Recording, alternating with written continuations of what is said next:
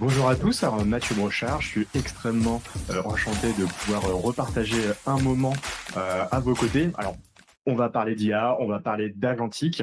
Voilà, pour aborder un petit peu le thème de ce matin, on va pas voir le pourquoi on parle d'agentique. Je pense que si vous êtes là, vous avez compris l'ambition qu'il y a autour de cette technologie. On va pas parler du quoi non plus. Je pense que le quoi, quel projet, quel use case, je pense qu'aujourd'hui, vous êtes aussi bien placé pour répondre à ces différentes questions. En tout cas, on peut aussi vous accompagner si besoin. Mais ce matin, on va essayer de voir comment, donc les deux questions sur comment aboutir, comment créer des agents réellement impactants, comment créer des agents avec de la valeur. On va voir ce qui s'est passé par rapport à 2025. Maintenant, je pense qu'on change de paradigme et il va falloir aller un cran plus loin.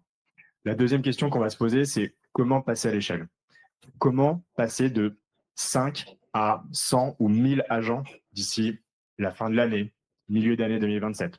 C'est ça l'ambition parce que c'est des sujets, on va le voir, il y a déjà beaucoup de choses qui se passent.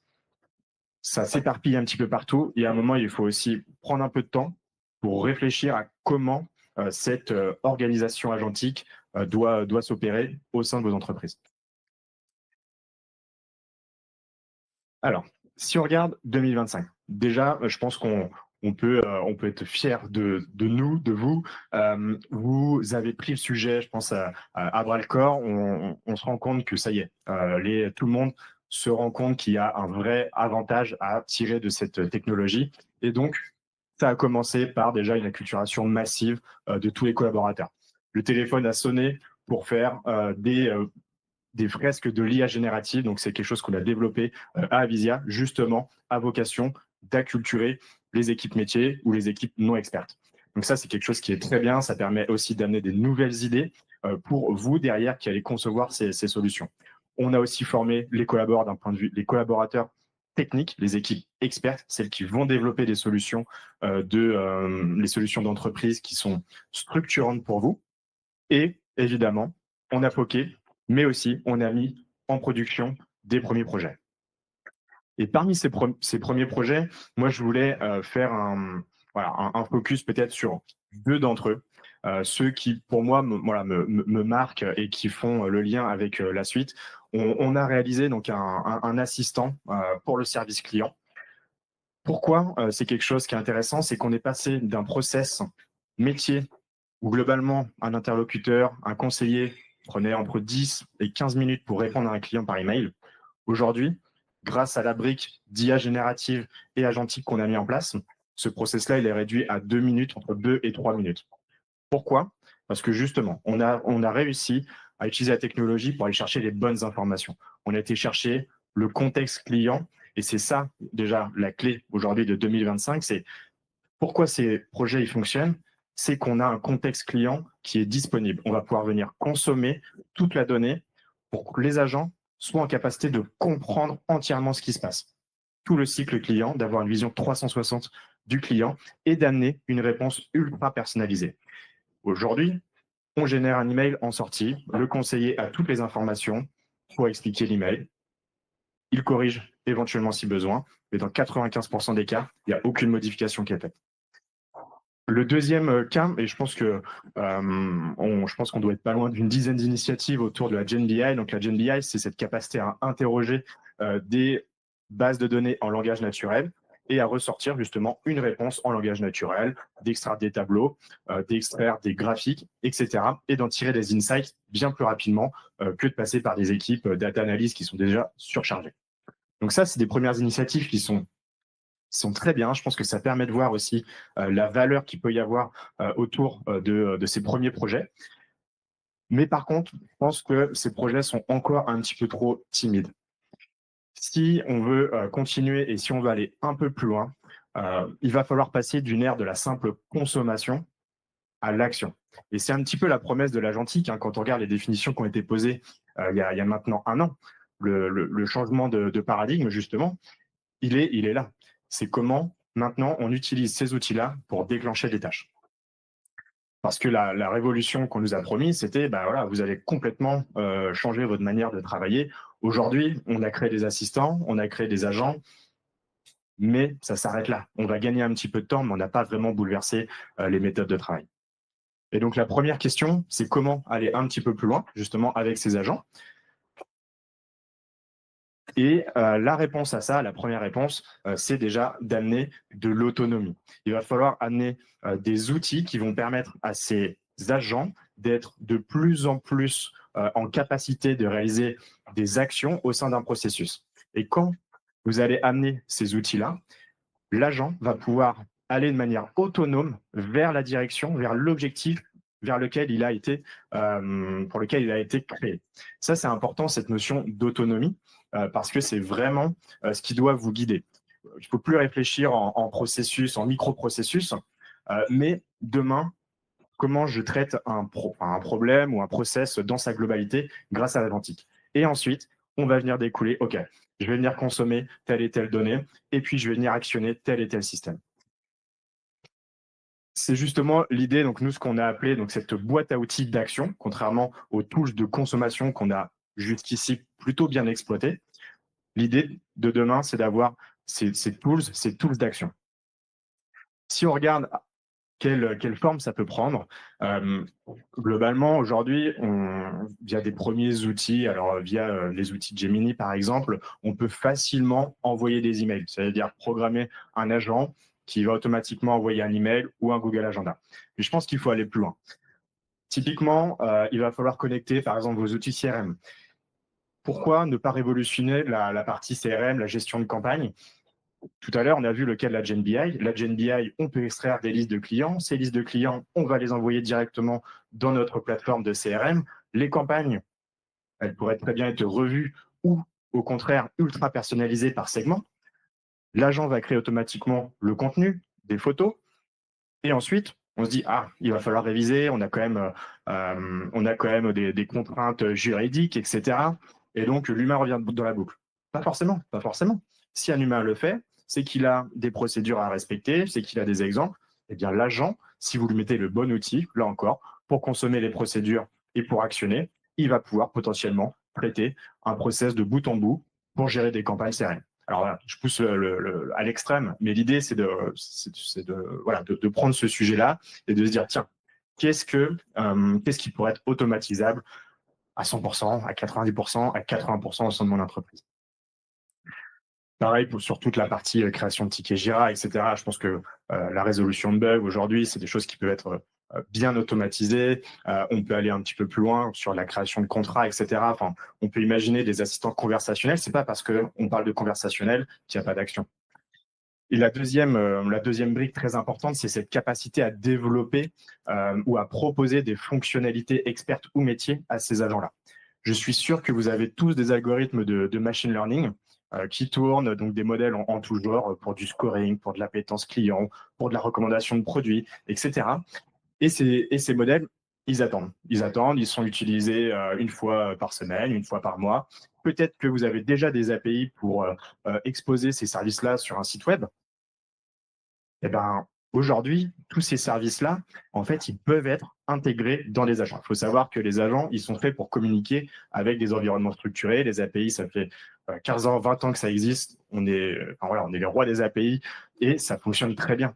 Et donc aujourd'hui, il faut abuser de ces systèmes-là. Il faut utiliser des fonctions, soit pour aller chercher donc, des algos d'augmentation, mais on peut très bien imaginer aussi d'aller chercher ou de développer même des fonctions custom programmatiques en Python pour déclencher des calculs d'optimisation d'assortiment, par exemple. C'est des choses qu'on voit déjà. Et donc voilà, il ne faut pas juste s'arrêter à l'envoi d'email, comment je vais communiquer un résultat. Aujourd'hui, on générait du texte, on peut envoyer des emails, mais en fait, on peut aller directement pousser ces résultats dans des systèmes, repartir faire remonter ces informations à l'agent orchestrateur global, et ainsi de suite, et ainsi de suite. C'est là où je pense qu'on va réussir à vraiment avoir des agents avec une plus-value certaine.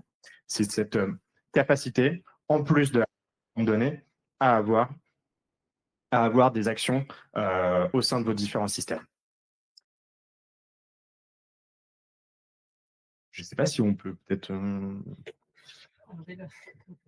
Ça marche, merci. Et donc ça, vraiment la clé, justement, pour automatiser, ça va être la recherche de l'autonomie. Comment on prend un process et on le rend autonome grâce à ces outils-là. Il va falloir ajouter toutes ces Si je reprends un petit peu donc, ces grands messages, 2024, 2025, c'était l'ère de la consommation. On a lu la donnée, on a créé beaucoup d'assistants qui ont déjà apporté de la valeur, mais qui étaient passifs. Aujourd'hui, on doit aller actionner, on doit enfin prendre le pli et rendre des process autonomes, les automatiser, et ensuite, une fois qu'on aura créé ces premiers agents impactants, à vraie valeur, la question à se poser, c'est comment on organise ensuite notre écosystème agentique. Et donc, c'est la deuxième question de la matinée. Comment passer de 5 à 1000 agents tout en gardant une certaine maîtrise, une cohérence, une fiabilité dans vos agents.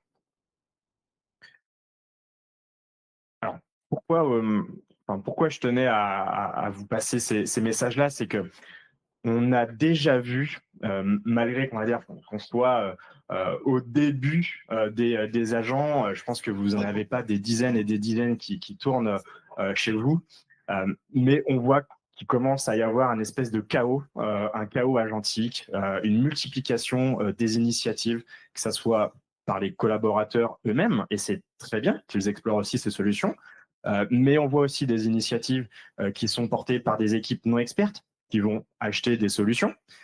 Et on voit aussi les équipes data science, AI, qui eux aussi construisent des solutions. Et donc finalement, on se retrouve dans un écosystème où il n'y a rien de normé, il n'y a rien de gouverné. Et donc aujourd'hui, je pense qu'il est temps de prendre le sujet parce que demain, ça va aller très très vite grâce à tout ce que vous avez fait. Et on voit bien, en l'espace de 3 mois, 6 mois, tout évolue. Et donc, il faut mettre des normes, il faut mettre des règles et il faut s'organiser en interne. Et donc, le premier risque, c'est la multiplication des initiatives, soit personnelles, soit d'équipes annexes, et qui sont en dehors, on va dire, des standards de l'entreprise, ou qui ne suivent pas, on va dire, l'alignement stratégique de l'entreprise. Je ne dis pas qu'il ne faut pas faire du buy. Ça peut être très bien d'acheter une solution experte, ciblée, parce que ce n'est pas notre cœur de métier. Mais par contre, ne le faites pas à chaque fois. Peut-être qu'il est temps aussi d'investir sur l'avenir et de dire demain, je dois être en capacité moi-même de développer mes agents. Le risque derrière, c'est effectivement d'avoir des agents, une prolifération d'agents et d'avoir ce manque de supervision. Ce qui est dommage derrière, c'est pas le côté volume en fait, c'est que on va avoir des idées qui vont arriver d'un peu partout, des idées qui vont remonter même du terrain, des collaborateurs qui vont créer des premiers assistants pour eux. Mais en fait, ces premiers assistants personnels, comme je les appelle, en fait, il y a peut-être une vraie matière, il y a peut-être vraiment quelque chose à en tirer. Et donc, ces agents-là, il faut qu'il y ait quelqu'un qui soit là pour les identifier et peut-être les remonter. Parce que quand cette personne, elle ne sera pas là, ben, l'agent, il va partir à la poubelle. Et je pense que c'est dommage. Donc, c'est aussi à vous, à nous, de regarder, de superviser pour être en capacité de se dire, OK, là, il y a une bonne idée. C'est un agent personnel ou c'est un agent d'entreprise pour avoir une documentation, pour assurer le run, etc. Et enfin, donc ce qu'on disait tout à l'heure, donc c'est ce chaos data. En plus de l'exploitation de données qui parfois peuvent ne pas être autorisées, il y a un vrai risque. Le vrai risque au-delà de ça, c'est la perte de confiance. Combien de fois j'ai vu des agents personnels plugués à des bases de données SQL directement. Voilà. Les collaborateurs posaient des questions sur des bases de données. Eh ben, écoutez, oui, ça ne marche pas, c'est sûr, ça ne marche pas. Et après, on vient nous voir, oui, c'est pas terrible, je comprends pas, etc. Et c'est normal, c'est pas la bonne méthode. Et donc déjà, les premières règles, c'est de se dire, toutes les données de production, toutes les données tabulaires, ça fait pas partie du scope des agents personnels, des assistants qu'on peut construire soi-même. Et donc ça, c'est des règles de base pour être sûr que demain, tout ce qui sera proposé par vous, qui seront des agents experts, eh bien, on ait cette confiance. Et je pense que c'est cette confiance derrière auprès des agents qui va faire qu'on va multiplier rapidement les différentes initiatives. La solution, en tout cas, la solution organisationnelle qu'on vous propose, c'est une solution en 3 couches. La première, c'est de mettre en place un socle data agent ready sûr, avec des documents de confiance sur lesquels vos agents experts vont pouvoir s'appuyer. La deuxième, c'est de centraliser, d'unifier la plateforme agentique pour justement arrêter d'avoir plusieurs portes d'entrée en fonction des cas d'usage. On a un Gemini dans un coin ou un ChatGPT, un Secure GPT, puis ensuite, en fonction de mon autre use case, j'ai une autre interface, et ainsi de suite, ainsi de suite. Je pense que ce n'est pas forcément la bonne voie. Et donc, je pense qu'il est temps de centraliser tout ça au sein d'une même plateforme et de commencer à industrialiser les traitements. Et enfin, chose très, très importante, je pense qu'il va falloir vraiment dédier des équipes de pilotage et de gouvernance de tous ces sujets-là, parce que globalement, une plateforme agentique à l'échelle, ça se gère comme une plateforme data, comme une plateforme ML. Aujourd'hui, on a des data ops, on a des ML ops, on a des plateformes qui sont dédiées pour le monitoring. Demain, je suis persuadé qu'en fait, on aura ces mêmes plateformes et il faut y mettre aussi les moyens. On a déjà des notions d'agent ops qui sortent, etc. Voilà, on y est. Et donc, c'est des sujets sur lesquels il faut investir. Et donc, si on regarde en focus la première couche, donc le socle Data Agent Trading, l'idée, c'est de passer d'une donnée qui est purement stockée à une donnée exploitable par vos agents et une donnée fiable. Ça commence par quoi? La première brique, un RAG. Donc, le RAG, je pense que vous connaissez, c'est cette capacité à stocker des documents, et à découper des documents non structurés, les stocker en base et pouvoir récupérer uniquement les portions pertinentes par rapport à une requête utilisateur, un prompt, etc. Ce qui va changer, et je pense qu'il est important, c'est qu'on va avoir de plus en plus d'agents au sein d'une même BU. Et donc, il va commencer à falloir centraliser peut-être des connaissances communes et se dire qu'en fait, on arrive dans cette notion de context lake où on va construire des documents communs à une BU. Et vos agents, en fait, quand ils vont devoir interagir, en fait, ils vont avoir toute la connaissance, par exemple, du marketing, ou si vous faites un écosystème RH, vous aurez un rack de confiance avec toutes les procédures RH, des API de confiance, etc., pour aller chercher les nouveaux arrivants, les départs, etc. Tout doit être ici. Et donc, l'idée, c'est peut-être d'arrêter de faire des règles unitaires, mais de commencer à prévoir aussi la suite en se disant, en fait, demain, je vais avoir des centaines d'agents, il faut que je centralise tout ça au sein d'une même base de données. Ce qui est important. Donc là, on était plutôt sur des documents non structurés qu'on transforme, mais qui sont hyper importants. Le deuxième point, c'est mettre en place des couches sémantiques pour tous vos projets qui attaquent de la donnée structurée. On le voit donc sur les solutions de GenBI, et on en reparlera tout à l'heure avec Rageda. Mettre en place une couche sémantique, ça permet à l'agent d'arrêter de deviner quel code SQL il doit faire. Ça permet simplement de fiabiliser la solution en lui disant, pour une équipe marketing ou sales, etc., la définition du chiffre d'affaires, tu la calcules avec cette table, ce filtre et c'est cette variable, ou une division, telle formule. Et ça, en fait, le fait d'avoir cette couche-là, alors oui, ça prend du temps, oui, c'est sûr qu'il faut le faire. Si on n'en a pas, il faut rentrer dans le sujet. C'est peut-être des outils qu'on ne connaît pas. Donc tout à l'heure, on verra le LookML via Looker. Mais ça permet de structurer ces approches-là et de gagner en confiance sur les solutions qui vont être proposées. Et enfin, et vraiment quelque chose qui est, je pense, sous-estimé aujourd'hui, c'est exploiter les API à fond. Je pense qu'aujourd'hui, toutes les entreprises ont des API, que ce soit des API en production pour faire tourner un site web, pour aller récupérer des informations de contrat, de paiement, les dernières commandes, etc. Et ça, c'est une mine d'or, en fait. Vous pouvez aussi détourner ces API-là pour nourrir vos agents. Et donc, c'est ce qu'on a fait tout à l'heure sur le Rex service client. En fait, ça a été très, très vite. On a poké en 3 semaines. Ensuite, on a eu des petites phases d'itération. Et aujourd'hui, le projet est industrialisé. Et ça va très vite parce qu'on n'a pas eu besoin d'aller piocher dans de la donnée. On n'a pas eu besoin de créer des gros scripts. Toutes les API étaient là. On a simplement remis les procédures pour répondre au cas d'usage. Et c'était bon. Et évidemment, vous avez aussi toutes les connectivités API. Si vous avez déjà des modèles de machine learning qui existent, ça aussi, vous pouvez les exploiter. Et donc, comme je disais, le message global, l'objectif global de cette partie-là, c'est de gagner la confiance pour arrêter que l'agent essaye de deviner un contenu. Non, là, il va savoir exactement ce qu'il doit faire, comment il doit répondre.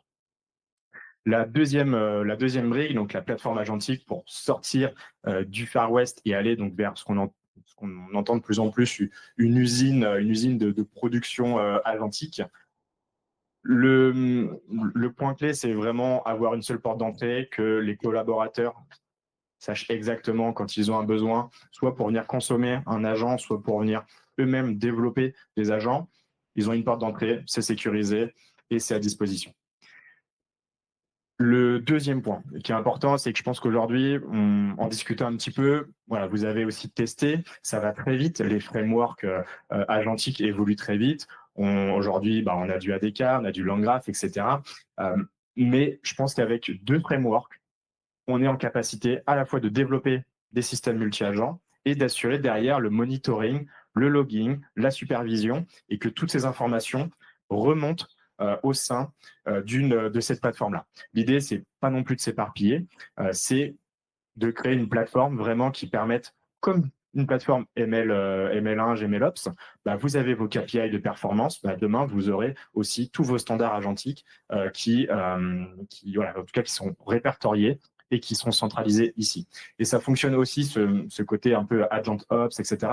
Ça peut fonctionner pour les agents collaborateurs. On peut très bien leur donner des guides, des normes de développement, etc.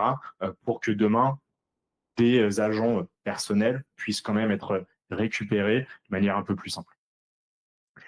Et évidemment, quand vous allez vous poser sur quelle plateforme je dois choisir, regardez tout de suite cette partie sécurité et connectivité avec vos différents systèmes. Aujourd'hui, on a beaucoup de connecteurs pour justement consommer de la donnée, mais quand il s'agit de faire des actions derrière, on est un peu plus limité. Notamment aussi, on va en reparler tout à l'heure, regardez la partie MCP, parce que je pense que c'est ce qui va vous permettre demain de brancher très très rapidement vos agents. Et donc voilà, il faut que ces MCP et que votre plateforme agentique puisse communiquer facilement, puisse faire passer aussi des permissions éventuellement pour les utilisateurs, puisse gérer aussi les permissions de ces agents, qui a le droit de consommer tel agent, est-ce que j'autorise le partage entre équipes, etc.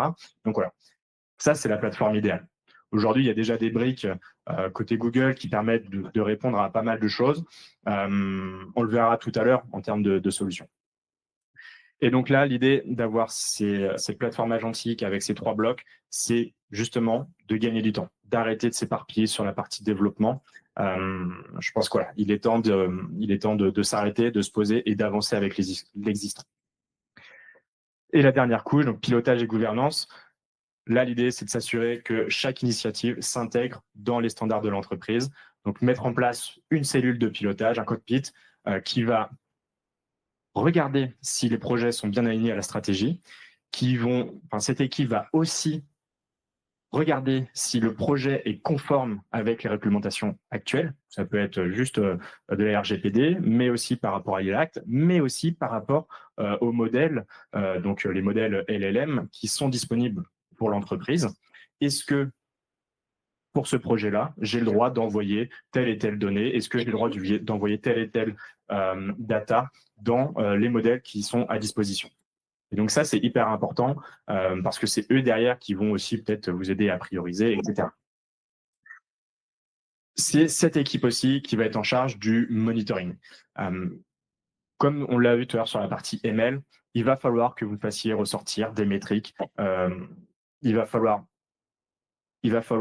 les faire ressortir sur votre plateforme agentique pour qu'en un clin d'œil, en quelques dashboards, on puisse savoir qu'est-ce qui se passe, quel agent est consommé, pourquoi, est-ce qu'il est partagé, quels sont les taux de réussite de ces agents-là, combien ça coûte aussi, parce que je pense que c'est cette équipe-là qui va être en supervision de la partie FinOps et ROI. S'assurer qu'on n'a pas une dérive, s'assurer que l'environnement aussi il est sécurisé en termes de coûts, de quotas, etc. Donc ça, c'est les 3 briques où je pense que cette équipe de pilotage et de gouvernance a une place à prendre. Et aujourd'hui, on ne voit pas de gouvernance sur les agents. On essaie de fonctionner avec l'existant, avec les équipes data science, avec les équipes ML. Mais je pense qu'il faut aller un cran plus loin et vraiment dédier cette responsabilité à les équipes dédiées. Alors, si je regarde la mise en place et si on descend un petit peu dans le détail, le socle data agent ready, on a dit, on vient consommer des documents, éventuellement centralisés par BU. On vient connecter un maximum d'API pour aller très rapidement chercher de l'information et éventuellement mettre à disposition des bases de données pour des projets type GenBI. La deuxième couche, la plateforme agentique. ne pas négliger la partie agent personnel. C'est important parce que sinon, vos utilisateurs, vos collaborateurs vont partir sur d'autres solutions qui ne seront pas sécurisées. Et pas seulement proposer une solution qui permette de faire de la traduction ou autre chose, mais vraiment aussi d'avoir une plateforme qui leur permette d'automatiser déjà des premières choses, des premières briques. Et c'est parce qu'eux, ils vont se lancer sur des premières automatisations que demain, ils vont vous amener des idées sur la partie expertise. Donc là, ce n'est pas gênant de venir autoriser des connecteurs alors, Drive personnels. Par contre, effectivement, ces agents personnels ne vont pas forcément avoir accès à toute cette donnée-là. Éventuellement, une équipe RH pourra accéder à un RAG RH, mais ouais, pas forcément beaucoup plus. La petite nouveauté, je pense que sur la partie protocole, il faut vraiment aussi prendre le pli. Pourquoi le MCP, c'est intéressant? C'est vraiment une surcouche des API, c'est une surcouche pour accéder à ce socle-là et pouvoir discuter, donc de pouvoir réutiliser facilement tous les tools que vous allez développer. Pourquoi c'est intéressant? Parce qu'on l'a dit tout à l'heure, ce socle-là, il est intéressant pour gagner la confiance. Demain, j'ai un document qui est obsolète sur ma partie RH ou autre chose. Ben, en fait, j'ai juste à changer mon document ici et il va automatiquement impacter les agents qui utilisent ce MCP. On ne sera plus obligé d'aller voir et de modifier chaque projet agentique. L'idée, c'est de centraliser pour que automatiquement ça puisse se diffuser sur les agents en production. Et pas de problème, quoi qu'il arrive, ça sera aussi monitoré. Donc, s'il y a une dérive, on aura des KPI qui vont être suivis et éventuellement remonter des alertes. Le protocole intermédiaire, le agent to agent, ici, effectivement, aujourd'hui, je ne le vois pas beaucoup, mais par contre, je pense que quand on va commencer à arriver à avoir des dizaines d'agents ou des centaines d'agents, il sera intéressant de vraiment faire communiquer des agents experts entre eux ou justement, plutôt qu'ouvrir une base de données ou une base de connaissances, en fait, on pourra ouvrir des accès à des agents d'entreprise, aux agents collaborateurs et ainsi de suite. Donc voilà, l'idée là, c'est vraiment d'anticiper un petit peu la suite, de s'intéresser à tout ça et de voir comment ça peut être mis en place. Les action tools, donc ça, ce que je vous disais, ça vient se greffer par-dessus. On a la partie consommation et on vient y greffer tous les outils qui vont vous permettre d'activer des leviers au sein de vos systèmes, d'aller chercher de l'information issue de vos API, de scoring, etc., de déclencher des calculs. Ça peut être des calculs, c'est pour ça que je ne l'ai pas mis dans cette couche-là, ça peut être des calculs qui sont déportés, il n'y a pas de problème. La petite partie LLM ici, le compute de LLM, je l'ai sorti. Aujourd'hui, je pense que ça ne doit pas faire partie intégrante de la solution, en tout cas de la partie gouvernance, plateforme et socle.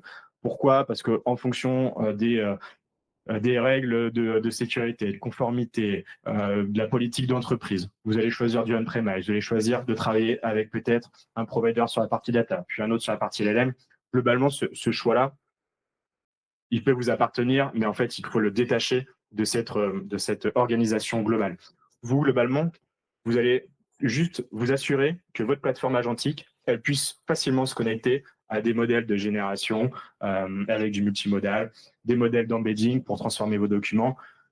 Mais c'est pas, je ne pense pas que le sujet aujourd'hui soit là. On a les accès, les modèles sont performants, donc pour moi, c'est plus un sujet. Et enfin, donc, la dernière couche, vraiment la gouvernance qui vient orchestrer tout ça. Et c'est vraiment important, c'est ces personnes-là qui vont suivre, qui vont traquer, qui vont partager, qui vont remonter des alertes. Et ça, je pense que c'est vraiment la clé de la réussite. Les messages clés pour justement arriver à cette promesse agentique qu'on a eue il y a un an. Comment aller vers plus d'autonomie, passer de l'assistant conversationnel qui consomme à l'agent qui actionne. Et le deuxième message, c'est que je pense qu'il faut anticiper parce que ça va aller très très vite et donc il faut commencer à se structurer et à mettre en place les mêmes standards que vous avez sur vos plateformes data et de machine learning. Donc déploiement d'une architecture fiable et scalable en 3 couches. J'en ai fini. Merci à tous. J'espère que c'était assez clair. Je suis pas sûr qu'on va avoir beaucoup de temps pour les questions. Je crois qu'on a un petit peu de câblage à faire, mais en tout cas, merci à tous. Et puis, je reste disponible pour la pause et à 11h30 pour toutes les questions. Merci bien.